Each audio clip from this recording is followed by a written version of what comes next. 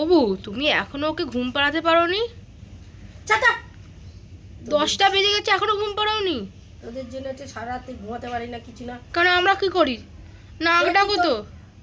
আমি নাক ডাকি না, তোমার বোন সারা রাত্রি মাঝে মাঝে ক্যাঁক ক্যাঁক করে ওঠে। আর তুমি তো নাক ডাকছিলে কালকেই রাতে। নিজে ঘুমাচ্ছ না কি? তো ঘুম পেলে কি করব? সারা রাত ঘুমিয়েও তোমার ঘুম হয় না? না যাও, একটু সকালবেলা উঠলাম, তোমার মা বলে মা মা নিচে যাও নিচে যাও। আমি কেন? বলছে মাছ নিয়ে আসো, জ্যান্ত মাছ। আলো মাছ খাইতে মানে এমনি না না নিয়ে আসো নিয়ে আসো। আবার সব সময় ঘুমাও মা? 24 ঘন্টা সারা রাত থেকে সব সময় যেখানে দেখি ঢ্যাপ করে পড়ছো, ঘুমিয়ে যাচ্ছো। সারা রাত নাক ডেকেও বলছে। ছোট থেকেই দেখে যাচ্ছি যে তুমি সারাক্ষণ ঘুমোচ্ছো। বাবাকে ফোন করে জিজ্ঞেস করতাম, ও বাবা মা কি করছে গো? এই তো গিয়ে শুয়ে। হ্যাঁ, তোমরা শুধু দেখো যে আমাকে ঘুমাতে। সারা রাত নাক ডেকেও তুমি বলছো তুমি ঘুমো। আর ঘর দুয়ারের কাজকর্ম তোমার দাঁড়াও দাঁড়াও, কি সেটা বলবো সেটা আর? কথা নয়, কথা হচ্ছে সকালবেলা এরকম হেমা মালিনীর মতো সেজে গিয়ে হ্যাঁ, ঘুমাও, মা। লিপস্টিক দিয়েছে আবার এখন তুমি তো জোর আই করে শ্যাডো 55 বছর বয়সে। পাউডার লাগিয়েছে কত আবার। আমি সেজেছি। হ্যাঁ তো আবার কি, লিপস্টিক দিয়েছো, পাউডার লাগিয়েছো, ব্লাশার লাগিয়েছো, আই শ্যাডো লাগিয়েছো। হ্যাঁ হ্যাঁ, বাল ছাটার লাগাইছি।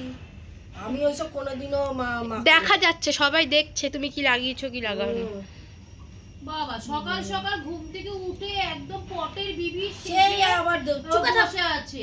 হ্যাঁ, আর মেয়েটাকে কখন থেকে নিয়ে ঝোলাচ্ছে, এখনো তো ঠিক করে ঘুম পাড়াতে পারিনি।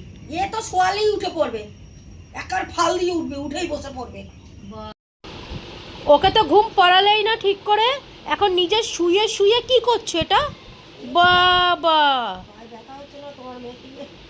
এতক্ষণ তোমার মেয়েকে এই ঝোলাতে ঝোলাতে আমার পাটাই ঝুলে যাচ্ছে, তাই এখন আবার ঠিক করছি।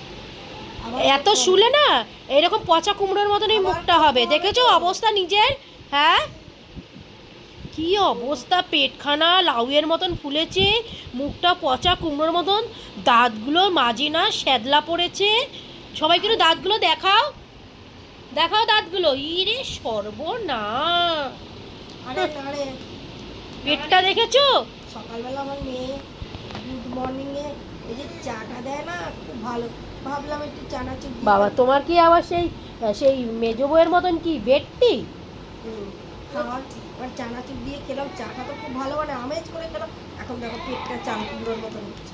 না না, ওই মিষ্টি কুমড়োর মতন। তুমি তো এক্ষুনি বলে তোমার চানাচুর খেয়ে গ্যাস হয়ে গেছে। হ্যাঁ, ওই জন্য কে ফুলে দুধ চায়ের সঙ্গে সকালবেলা চানাচুর নিয়ে বসে এক বাটি আরে খেয়ে এখন বলছে আমার গ্যাস হয়ে গেছে। আরে আমার একটু সকালবেলা একটু ঝাল ঝাল জিনিস দিয়ে। তোমরা দেখো বন্ধুরা, কে এরকম এই বয়সে 55 বছরের ভদ্রমহিলা দুখানা বালিশ নিয়ে ঠ্যাং দোলাচ্ছে, কি করবো, পায়ে খুব জল। আর যাকে ঘুম পড়ালো সে উঠে বসে আছে।